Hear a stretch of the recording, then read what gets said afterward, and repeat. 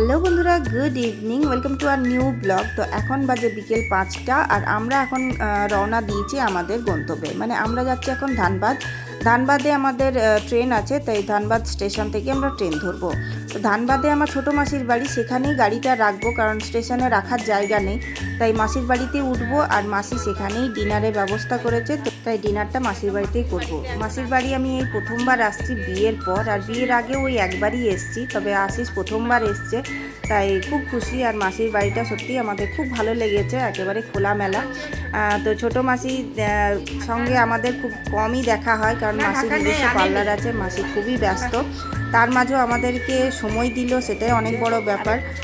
তো মা এখানে রেডি হচ্ছে স্টেশন যাওয়ার জন্য, আর আমি একেবারেই রেডি হয়ে এসেছি আমরা সবাই, তাই জন্য আর আমাকে চেঞ্জ করতে হলো না, মা শুধু একটু চেঞ্জ করে নিল। তো এখানে দেখো তোজোর তো এখানে খুব ভালো লেগেছে, সোনাইয়ের সাথে খুব ভালোভাবে ও বন্ধুত্ব হয়ে গেছে, তাই গেম খেলছে, এইসব তো ভালো লাগেই ওর। তো সোনাই হচ্ছে মাসির ছেলে, ও কতটা বড় হয়ে গেছে, এখন কলেজে পড়বে, ইঞ্জিনিয়ারিং কলেজে যাবে।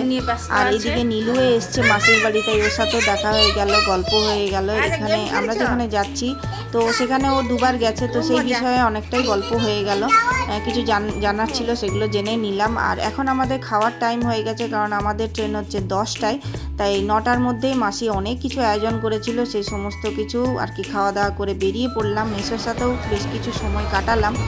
আর এই যে আমরা এখন স্টেশনে পৌঁছে গেছি, আর স্টেশন যেতে না যেতেই ট্রেন পেয়ে গেছি, ট্রেনে চেপেই আমাদের একদম শোয়ার ব্যবস্থা চলছে। এদিকে মা, বাবা আর আশিস দুজনেই সবার বিছানা রেডি করছে, আর মা তো একেবারে শুয়ে পড়েছে, তোজোও তাই। তোজোর তো খুব ভালো লাগছে এরকম রাতে শোয়া, তারপর ওখানেই খাওয়া দাওয়া, তো এগুলো ওর খুব ভালো লাগে। আমারও রাতের জার্নিটা কিন্তু বেশ ভালো লাগে, গোটা রাত ও মানে একবার করে উঠছে আর বলছে আমরা কি পৌঁছে গেলাম। তো ওর এই জার্নিটা খুব মজাদার জার্নি হয় প্রতিবার। সো আমরা আমাদের গন্তব্যে পৌঁছে গেছি, স্টেশন থেকে নামলাম। আমাদের ট্রেনটা খুব একটা লেট ছিল না, ঠিকঠাকই চলছিল, 6:30 নাগাদ আমরা নেমে গেছি। তো এবার আমরা যাব স্টেশন থেকে বেরিয়ে হোটেলের উদ্দেশ্যে। তো এটা হচ্ছে অযোধ্যা স্টেশন। তো স্টেশনটা বিশাল বড় আর দারুণ সুন্দর সাজানো। তো আমরা এখানে একটু ফটো ক্লিকও করেছিলাম। তো আমরা হোটেলে পৌঁছে গেছি, আর হোটেলে পৌঁছেই আমরা স্নান সেরে বেরিয়ে পড়লাম মন্দিরের উদ্দেশ্যে। তো যেখানে আমরা হোটেলটা নিয়েছিলাম সেখান থেকে কিন্তু মন্দির খুব একটা দূর নয়, প্রায় ওই 1 কিলোমিটার হবে। তো আমরা হেঁটেই চলে গেছি, অটো টোটো নিতে হয়নি। এখান থেকে আমরা সোজা গেলাম আর লাইনে দাঁড়িয়ে গেলাম, তবে বাইরে রোদ ছিল প্রচণ্ড, মানে গরম ছিল প্রচণ্ড। দেখো আমার সিঁদুরটাও গলে যাচ্ছে, এত গরম। আর এমনি ওয়েদার তো পরিষ্কার ছিল, কিন্তু বৃষ্টির সম্ভাবনা একদম ছিল না, যার জন্য বাইরের ওয়েদারটা ভীষণ ভ্যাপসা একটা গরম। তো এখন আমরা যাচ্ছি হনুমানগড়ি, সেখান থেকে আমরা যাব রাম মন্দির।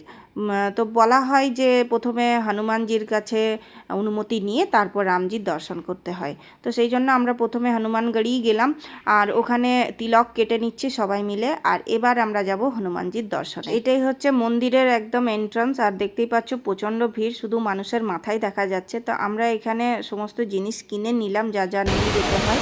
আর আমরা কিন্তু পেছনের পথ দিয়েই গেছিলাম, তো সেই পথ দিয়ে যাওয়াতে কিন্তু অনেকটা ফাঁকা পেয়েছিলাম, একজনকে একটা পান্ডাকে সঙ্গে নিয়ে। আর এই হচ্ছে হনুমানজি, তোমরা চাইলে সবাই দর্শন করে নাও, কারণ যখন যাবে তখন তো সরাসরি দর্শন করবে। ওখানে ভিডিও করা যেত, কিন্তু প্রচণ্ড ভিড়, আমি সেটা করতে পারিনি, তবে ঠাকুরের কৃপায় আমি একটা ফটো নিতে পেরেছি, তোমাদের সাথে সেটা শেয়ার করলাম। এবার আমরা সেখান থেকে বেরিয়ে আমরা চলে গেলাম রামজির দর্শনে। তো এটা হচ্ছে রাম মন্দির ঢোকার এন্ট্রান্স। তো সেখান থেকে কিন্তু সেই 2-3 কিলোমিটার কিন্তু আমাদের হাঁটতে হয়েছে। তো তোজও অনেকটা হেঁটেছে, ওর জন্যই অনেকটা কষ্ট লাগছিল, কারণ ওকে আমরা অনেকটা হাঁটিয়েছি, কোলে নেওয়া পসিবল নয়, কারণ সবারই মানে অতটা হাঁটতে হচ্ছে, একটু করে করে কোলে নিচ্ছি আবার নামিয়ে দিচ্ছি এরকমভাবে। তো দেখতেই পাচ্ছ লাইনে লেগে গেছে সবাই মিলে, আর ওই যে দূরে দেখা যাচ্ছে রাম মন্দিরের চূড়া।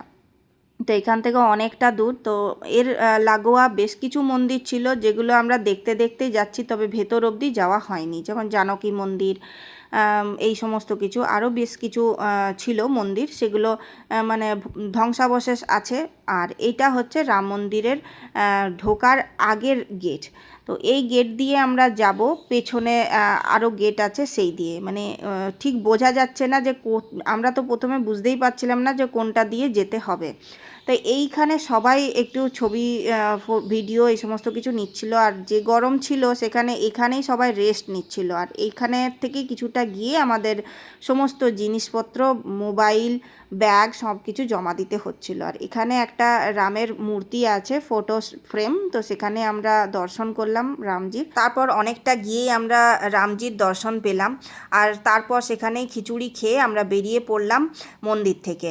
এরপর আমরা বিকেলে বেরিয়ে পড়েছিলাম সরজু ঘাট যাব বলে। তো তার আগে এখানে খুব বৃষ্টি হয়ে গেছে, তাই আমরা খুব তাড়াতাড়ি বেরোতে পারলাম না, 7টা বেজে গেছিলো। তো এতই গরম লাগছিল বৃষ্টির পরও, তাই আইসক্রিম খেলাম সবাই মিলে, আর এখানে লিটি খেলাম আর চাট খেলাম। তো সেখান থেকে আমরা এবার টোটো নিয়ে নিয়েছি, কারণ ওখান থেকে সরজু ঘাট অনেকটাই দূরে। তো সেই জন্য আমরা টোটো নিয়ে নিয়েছি, আর সেখানে আমরা পৌঁছে গেছি। যদিও অনেকটা লেটে আমরা পৌঁছালাম, কারণ তার একটু আগেই কিন্তু এখানের আরতি শেষ হয়ে গেছে। দেখতেই পাচ্ছ বাসনপত্র সমস্ত ধোয়া হচ্ছে, তাই অনেকটাই আফসোস লাগছিল যে আরেকটু আগে এলে হয়তো আমরা দেখতে পেতাম। তো এই হচ্ছে সরজু ঘাট, সরজু নদী। সেখানের জল বলা হয় খুব পবিত্র, তাই জন্য স্নান তো হয়নি, তবে হ্যাঁ মাথায় জল ঠেকিয়ে নিলাম সবাই মিলে।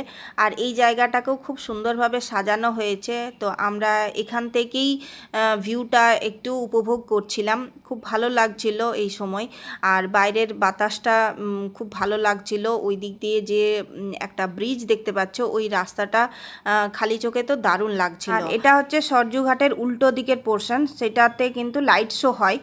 তো আজ যেহেতু বৃষ্টি হচ্ছিল, তাই আজকে আর দেখতে পেলাম না, তবে এটার একটা টাইমিং আছে, ওই সময় গেলে দেখা যায়। তো এখানে বেশ খানিকটা সময় কাটানোর পর আমরা এখান থেকে বেরিয়ে পড়লাম, কারণ এখানে আর কিছু ছিল না সেইভাবে দেখার মতো। এখানে এখনও কনস্ট্রাকশনের কাজ চলছে, তাই এখান থেকে আমরা বেরিয়ে পড়লাম লতা মঙ্গেশকর চকের উদ্দেশ্যে। তো আমরা এই যে পৌঁছে গেছি এখানে, আর দেখতেই পাচ্ছ দারুণ সুন্দর জিনিস একটা আমরা দেখলাম চোখের সামনে।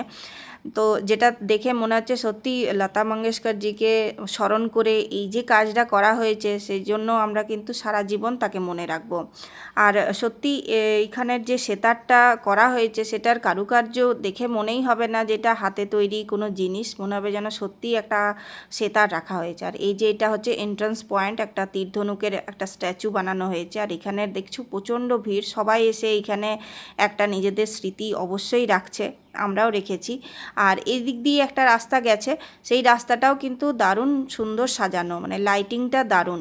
তো সেই জন্য এখানে অনেক ভিড়, মেলাও বসেছে। আর আমরা এখান থেকে বেশ কিছু জিনিস কেনাকাটি করলাম, এই যে আমি আর মা সবার জন্য কিছু কিছু জিনিস কেনাকাটি করলাম। এরপর আমরা হোটেল চলে গেলাম, আর সেখান থেকে ডিনার সেরে নিলাম। আর আজকের ট্রিপ আমাদের এখানেই শেষ হচ্ছে। অযোধ্যার একদিনেরই আমাদের ট্রিপ ছিল, কালকে আরেকটা ট্রিপ আছে। তো এখন আমরা স্টেশনে চলে যাচ্ছি, আমাদের ট্রেন আছে 12টা 10 নাগাদ। তো 11:30টায় আমরা হোটেল ছেড়ে দিলাম। আর আজকের মতো এইটুকুই, টাটা, বাই বাই।